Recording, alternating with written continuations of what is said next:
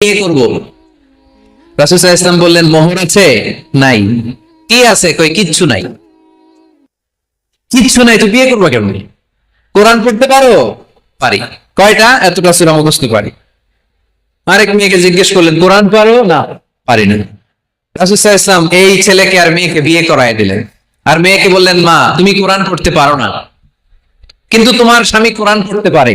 তোমার স্বামী তোমারে প্রতিদিন টিচারের মতো, প্রাইভেট টিচারের মতো, প্রাইভেট টিউটরের মতো কোরআন পড়ায় শিখাইয়া দিবে। এটাই মা তোর বিয়ের মোহ। ইসলাম কঠিন না সহজ? জোরে বলেন।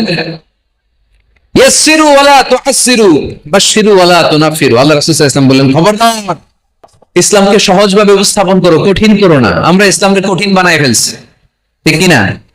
আল্লাহ ছাড় দেয় কিন্তু মাওলানা ছাড় দেয় না, আছে না নাই? আল্লাহ মাইন্ড করে না, মাইন্ড করে কে?